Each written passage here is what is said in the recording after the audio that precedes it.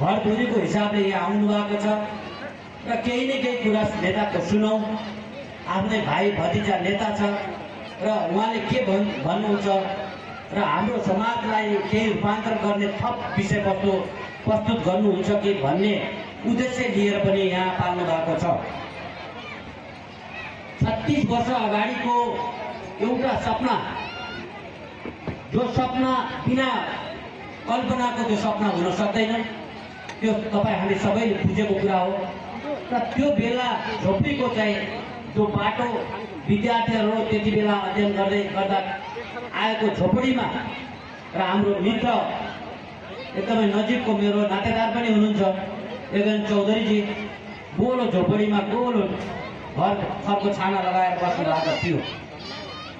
तर उहाँले गरेको दुःख देखाएको बाटो र मेरो आदरणीय अग्रज अभिभावक उहाँ लगायत लक्ष्मण थारू लगायत आदरणीय दाजु कृष्ण बहादुर चौधरीज्यू र त्यसै लौटन काका र स्वर्गीय मुन्ना थारू, त्यसै गरी आदरणीय दाजु ठग्गु थारू, भोसु थारू, उहाँहरूको ठुलो त्याग र तपस्या र लगानी र ती सहयोगी हातहरूले गर्दा आज यो विद्यालय यो स्थानमा पुगेको छ भन्ने कुरा सर्वविदितै होला। म आग्रह गर्न चाहन्छु, मानवसँग धन हुन्छ तर धन खर्च गर्ने साहस हुँदैन। खर्च गर्दा आज कतिपयका सन्तानहरू ड्रगिस भएर जेल बिताइराख्नु भएको छ। जेल जीवन बिताउन हामीले सन्तान जन्माएका छौँ तर खर्च गर्न कन्जुसाइ गरिरहेका छौँ। तर त्यो किन भइरहेको छ? प्रशस्त मात्रामा हामीले शिक्षा क्षेत्रमा चाहिँ खर्च गर्न सकेनौँ। अभिभावकको कन्जुसाइको कारणले चाहिँ आज विद्यार्थी अलपत्र परिरहेको अवस्था पनि हामीले देखेका छौँ। कतिपय ठाउँमा विद्यालयमा विद्यार्थीको बाटो अर्कोतिर, शिक्षकको बाटो अर्कोतिर, गन्तव्य फरक फरक हो कि तर हुनुपर्ने हाम्रो दृष्टिकोणले हुनुपर्ने बाटो एउटै हो, गन्तव्य एउटै हो, त्यो पनि हामीले फरक फरक देखिरहेका छौँ। तर यहाँ जो भिन्द्रवासी आदरणीय दाजुभाइ दिदीबहिनी र जसले चाहिँ मनकारी यत्रो जग्गा उपलब्ध दान दिनुभएको छ आदरणीय लक्ष्मण प्रसाद थारू, आदरणीय काका लक्ष्मण प्रसाद थारूको परिवारलाई, हाम्रो यो सहभागी हुनुभएका सम्पूर्ण साथीहरू र यहाँका भिन्द्रवासी दाजुभाइ दिदीबहिनीहरूलाई अन्तरै आत्मैदेखि नमन सहितको नमस्कार गर्न चाहन्छु र उहाँलाई जोरदार ताली बजाएर स्वागत गरिदिन पनि म हार्दिक नमन गर्न चाहन्छु। त्यो स्थानको झोपडीमा भएको बिल्डिङ हाम्रो योगेन्द्र चौधरी, यहाँका जनप्रतिनिधि साथीहरू हिजोको दिनमा जति पनि काम गर्नुभएको छ, धेरै ठुलो लगानी तपाईँहरूको छ र त्यो झोपडीबाट आज यो भव्य बिल्डिङको रूपमा करोडौँको रूपमा लगानी गरिराख्नु भएको छ। पछिल्लो समयमा आएर गाउँपालिकाले पनि धेरै ठुलो लगानी गरेको छ। यही वडाबाट मैले केही गर्नुपर्छ र मेरो पिता तुल्य लगायत सम्पूर्ण यो समाजको मैले शिर उच्च गर्नुपर्छ भनेर यही टोलबाट चाहिँ दुई चोटि चाहिँ प्रतिनिधि हुनुभएको मेरो आदरणीय भाइ धर्मप्रकाश चौधरीज्यू, जसले आफ्नो सम्पत्ति गुमाएर, आफ्नो रगत पसिना, आफ्नो बाउ बाजेको सम्पत्ति गुमाएर राजनीति गरिराख्नु भएको छ। त्यसमा मलाई गर्व लाग्छ। तपाईँहरूलाई लाग्छ होला धर्मप्रकाश चौधरीले गेरुवा गाउँपालिकाको प्रतिनिधित्व गर्दै गर्दा, यो वडाको प्रतिनिधित्व गर्दै गर्दा धेरैलाई लागेको होला कि आज मोटरसाइकल गाउँपालिकाको चढिरहेको छ भने त्यो राज्यले सुविधा दिएको कुरा हो। मैले भन्नुपर्छ, धेरै चोटि मैले यो भन्ने जमर्को गरेँ तर यस्तो अवसर छुटेको थिएन। किनभने म तपाईँहरूको पनि छोरा हो, भाइ हो, भतिजा हो। मैले भन्नुपर्छ, मैले बुझेको कुरा यदि मैले भन्न सकेन भने म जनप्रतिनिधि हुन लायक हुँदैन। त्यसकारण रियालिटी कुरा, यथार्थ कुरा समाजको अगाडि प्रस्तुत गर्न सक्यो भने त्यो समाज पुग्छ।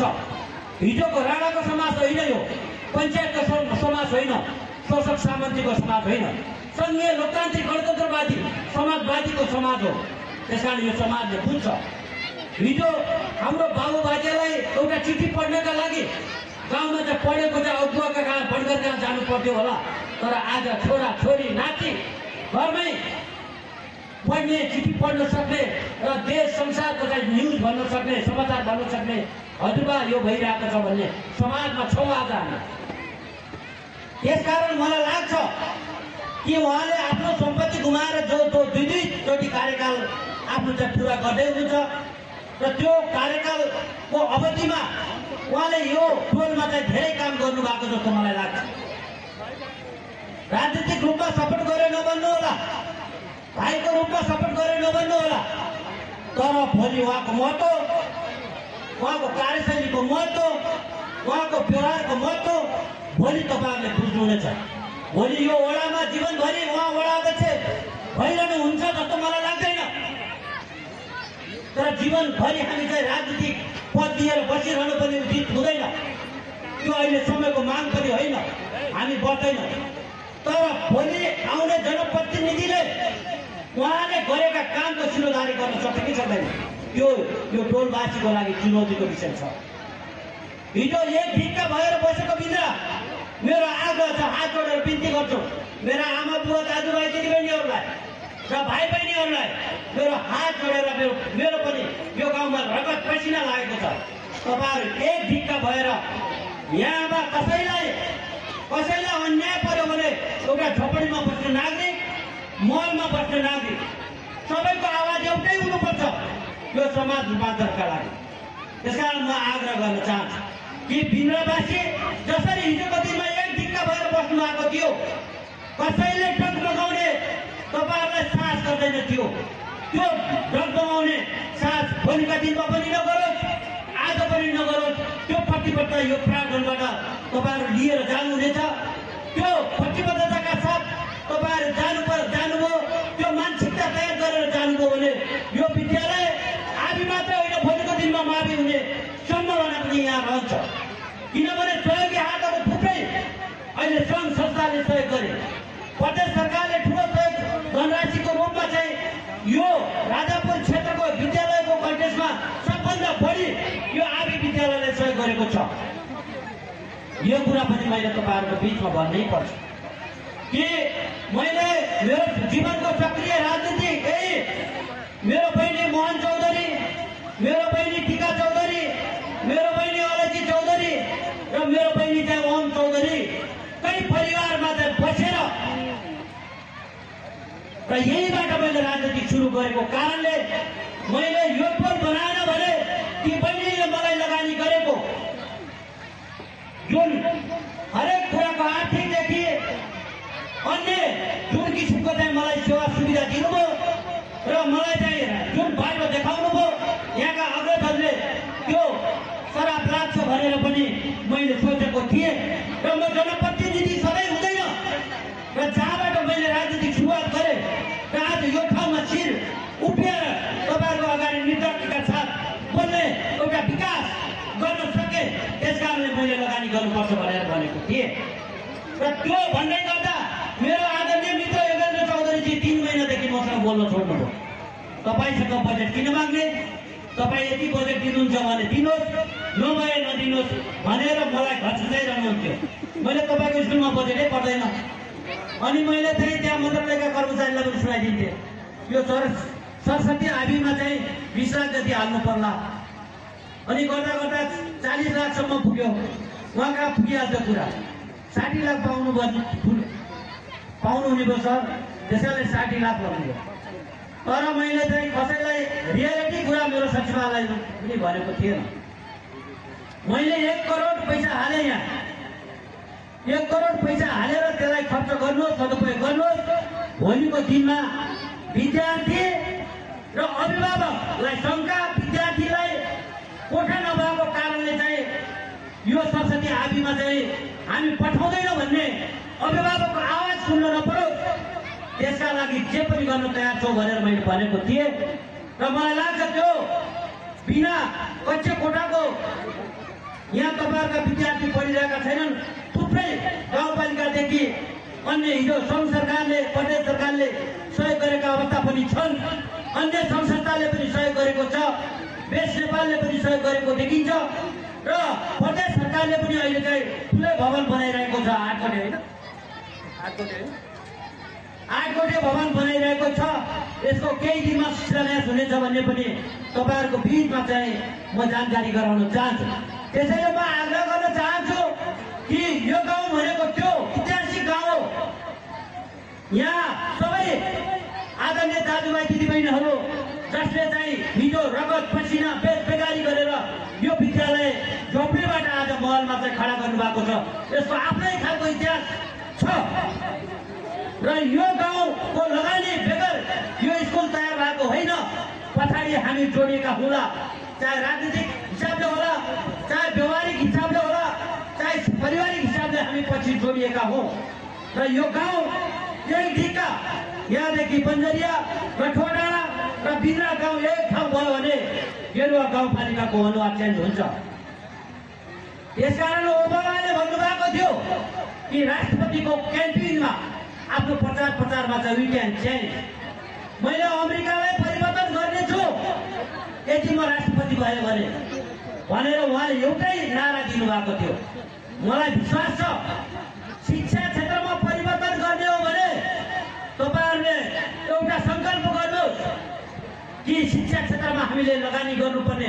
अब के हामी ब्ल्याकबोर्डदेखि अहिले एआईसम्म जोडिसकेका छौँ। अहिले ब्ल्याकबोर्डदेखि एआईसँग जोडिएको जेनेरेसन हाम्रो बिचमा छ र एआईसँग जोडिनका लागि के चाहिन्छ? कुन प्रविधिसँग हामी जोडिनुपर्छ, त्यसका लागि हामी जोड्न तयार छौँ। तर तपाईहरु काम गरेर देखाउनुहोस्, त्यो सही सदुपयोग गरेर देखाउनुहोस्। चिन्ताले घोषणा भएको छ।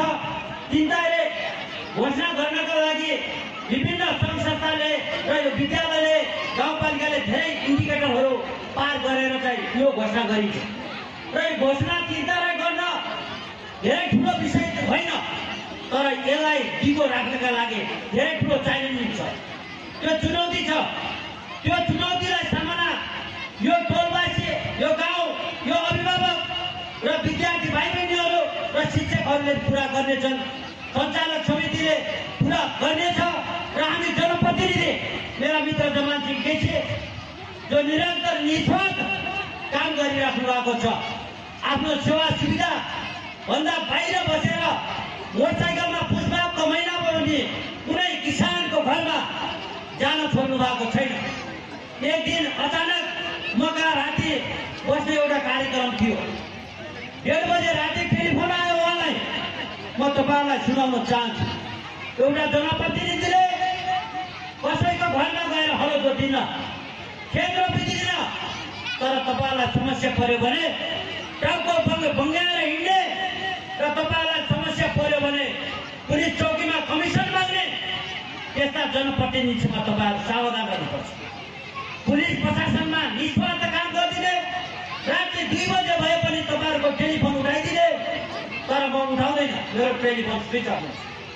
म सत्य भन्छु, म 8 बजेपछि मेरो टेलिफोन उठाउँदैन, तर उहाँले राति 1:30 बजे टेलिफोन उठाएर एउटा जननगरबाट हाम्रो यही मादक पदार्थ पिएर चाहिँ सडकमा ढलिरहेको मान्छे, यही सुकुम्बासी टोलको मान्छेलाई चाहिँ बाटोमा सुतिरहेको छ, के गर्ने भनेर भन्दाखेरि केही जननगरका हाम्रा साथीभाइलाई चाहिँ गुहारेर घरमा लिएर सुताइदिनु होला, बिहान म लिन आउँछु भन्ने। जमान सिंह केसीले के गर्नु पर्यो ल तपाईहरु भन्नुहोस्। हामी त्यही गर्न तयार छौँ। एउटा जनप्रतिनिधिले गर्ने काम त्यही होला नि त। समस्या परेको बेला समस्या गर्ने, शिक्षा क्षेत्रमा परिवर्तन ल्याउन खोज्ने, स्वास्थ्य क्षेत्रमा परिवर्तन ल्याउन खोज्ने, बाटोघाटोमा परिवर्तन ल्याउन खोज्ने, मानसिक चेन्ज गर्न सक्ने, समाजलाई चेन्ज गर्ने, विकृति र विगतिको विसङ्गतिको अन्त्य गर्ने त होला नि। मैले बुझेको रूपान्तर भनेको त्यही हो। त्यो एउटै दल, एउटै पार्टी, एउटै जनप्रतिनिधिले सम्भव छैन। समग्र सबै यो 6वटा वडाको आवाज एउटै हुनुपर्छ। हामी गेरुवा गाउँपालिका विकट क्षेत्रमा छौँ। जङ्गली जनावरबाट हामी चाहिँ एकदमै पीडित छौँ। नदी नालाबाट